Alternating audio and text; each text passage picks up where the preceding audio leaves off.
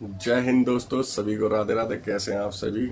आशा करता हूँ आप सभी अच्छे होंगे। मैं आपका दोस्त हेमंत फौजी लेके आ गया हूँ आपके साथ में एक नई और वीडियो जो कि है नए एक टॉपिक पर। और चलिए शुरू करते हैं, जल्दी टाइम ना वेस्ट हो। ठीक है, तो बात करते हैं। आज बहुत सारे लोगों के कमेंट्स थे कि सर हमारा मिड टर्म कैसे आ रहा है, कब आ रहा है। तो बता दिया जाता है कि भाई 16-18 वीक शायद आप लोगों के हो चुके हैं अभी तक। मैं भी आप लोगों के साथ साथ ही बातचीत करता रहता हूँ, तो गिनता भी रहता हूँ कितने दिन आप लोग हो गए हैं। अभी अभी आप लोगों का मिड टर्म नज़दीक आ रहा है। लगभग 4 वीक्स के बाद आप लोगों का मिड टर्म आ जाएगा। तो उससे पहले स्नैप टेस्ट में किसने क्या क्या किया है वो सब भी देखा गया है। ठीक है, आइए बात कर लेते हैं मिड टर्म पर जाने से पहले आप लोगों को क्या क्या चीज़ों के बारे में पता होना चाहिए, ताकि आप वह चीज़ें ना करें मिड टर्म में जाने में, जिससे कि आपको दिक्कत हो सकती है।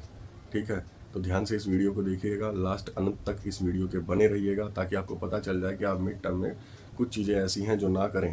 क्यों? अगर आपने वो चीज़ें कर दी और आप कहीं फंस गए तो आपके साथ बहुत बड़ा नुकसान हो सकता है, क्योंकि आप अभी प्रोबेशन पीरियड में हैं, ट्रेनिंग सेक्शन में हैं, ट्रेनिंग कर रहे हैं ट्रेनिंग सेंटर में।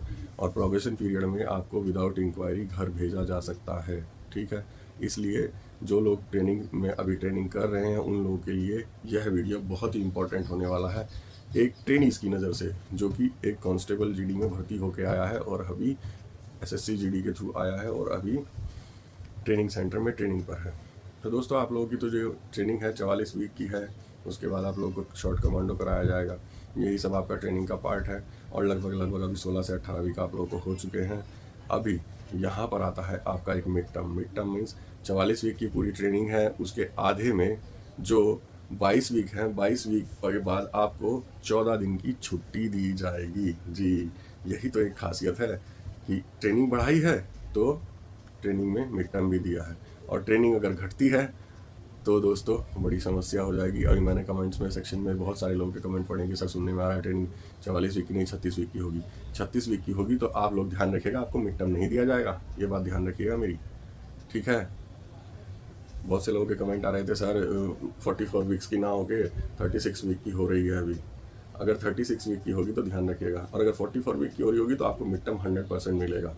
ठीक है दोस्तों, तो मिड टर्म में जाना हो या आप ट्रेनिंग सेंटर से छुट्टी लेके अपने घर जा रहे हो किसी भी काम से, क्योंकि ट्रेनिंग सेंटर से ऐसे छुट्टी नहीं मिलती। एक्सीजेंसी में भी अगर आप अपने घर जा रहे हैं तो कुछ चीज़ों को आपको ध्यान रखनी है, जो कि मैं अभी आपको बता देता हूँ। सबसे पहले तो आप जैसे मान लीजिए ट्रेनिंग सेंटर से निकलोगे, तो ट्रेनिंग सेंटर से निकलने के बाद आप लोग अपनी कोई भी इन्फॉर्मेशन किसी भी सिविलियंस को ना दें, किसी भी बस में या किसी भी ट्रेन में, कि आप कौन है और कहाँ जा रहे हैं। ठीक है, दूसरी बात, आप अपने घर सुरक्षित पहुंचने की कोशिश करें। अच्छे से जाएं, किसी से रास्ते में बातचीत ना करें ज़्यादा, किसी का लिया दिया हुआ ना खाएं। ठीक है, और शांति से धैर्य बनाए रखें। किसी से भी ज़्यादा बकबक बहस करने की कोई ज़रूरत नहीं है, क्योंकि आपके बारे में जब पता चलता है दूसरे को तभी वह आप पर हावी होता है। किसी को पता चलेगा कि आप एक सीएपीएफ के फोर्स के मेंबर हो तो वो आपसे छेड़खानी भी कर सकता है। क्यों?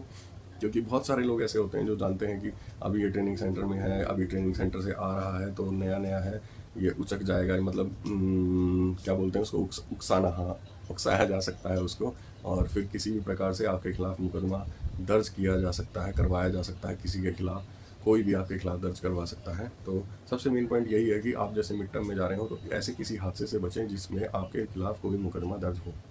ठीक है, मैं आप लोगों से यही रिक्वेस्ट करूँगा कि बिल्कुल ही तौर तरीके से जाएं और तौर तरीके से आएँ, ताकि आपकी जो ये नौकरी आपको मिली है बड़े ही इसको आप संयम से बरकरार बनाए रखें। नौकरी पाना दोस्त मुश्किल नहीं है, नौकरी पाना आसान है, लेकिन मेरे दोस्त उस नौकरी को एज ए सिंपल वे में चलाए रखना, बनाए रखना, मुकाम पर पाना, उसको लेके चलते रहना, यह एक मुश्किल काम है। ठीक है, क्योंकि जब हम भर्ती हो जाते हैं हमारे ऊपर बहुत सारे प्रोटोकॉल्स लग जाते हैं। हम कैसे जा रहे हैं, कहाँ जा रहे हैं, कब जा रहे हैं। दूसरी बात, एक चीज़ और बोलना चाहूँगा, आप लोग मिड टर्म में जाओ या छुट्टी जाओ, जब भी आप कहीं ऐसे जाएं तो कोई भी ऐसी हरकत ना करें जिससे कि आपकी कोई शारीरिक हानि हो, यानी कि एक्सीडेंटल कोई केस बने। एक्सीडेंट होने से बचें, घर से ज़्यादा जान ना जाए लोगों के पास, क्योंकि अभी आप मिड टर्म में आए हो, अभी आप ट्रेनिंग के बीच में आए हो, अभी कोई ट्रेनिंग आपकी पूरी नहीं हुई है, अभी आप प्रोबेशन में हो। ठीक है, और तीसरी बात, आप अपने ट्रेनिंग से जो आपको डेट मिली है ज्वाइनिंग की, उसी डेट को 12 बजे से पहले ज्वाइन कर लो। ध्यान दीजिएगा मेरी बात को, मैं क्या कह रहा हूँ। जो आपको मिड टर्म के बाद ज्वाइनिंग डेट दी गई है, उसी डेट को आप ज्वाइनिंग करें दिन के 12 बजे से पहले। रात के 12 बजे से नहीं, दिन के 12 बजे से पहले, ये रूल है, ठीक है। अगर आप ऐसा नहीं करेंगे तो आप OSL में काउंट हो जाएंगे, ओवर स्टे लीव, और आपके खिलाफ फिर अनुशासनिक कार्रवाई की जाएगी, जो कि आपके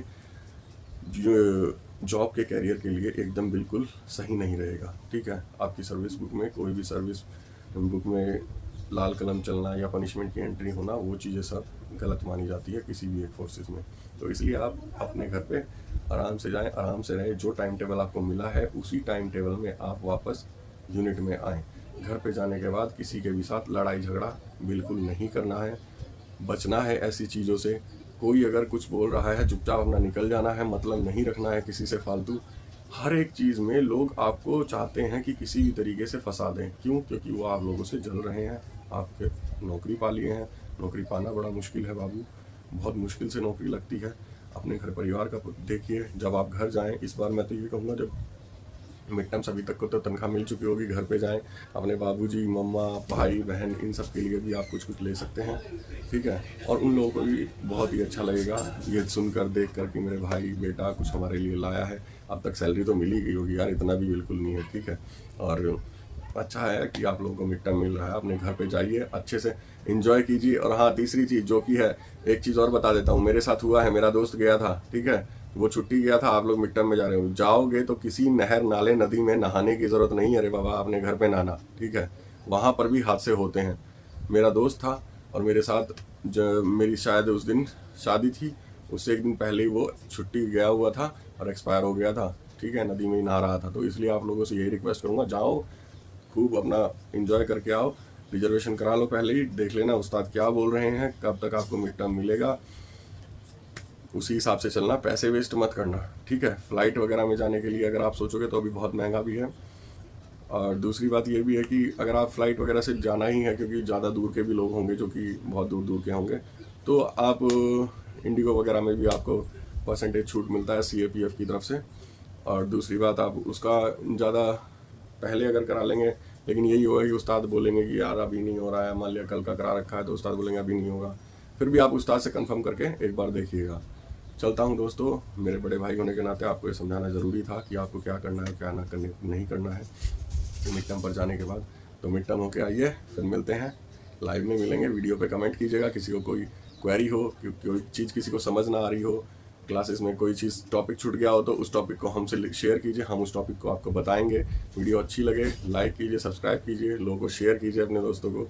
चलता हूँ, एक नेक्स्ट वीडियो लेके फिर आपसे मिलूंगा। जय हिंद, जय भारत।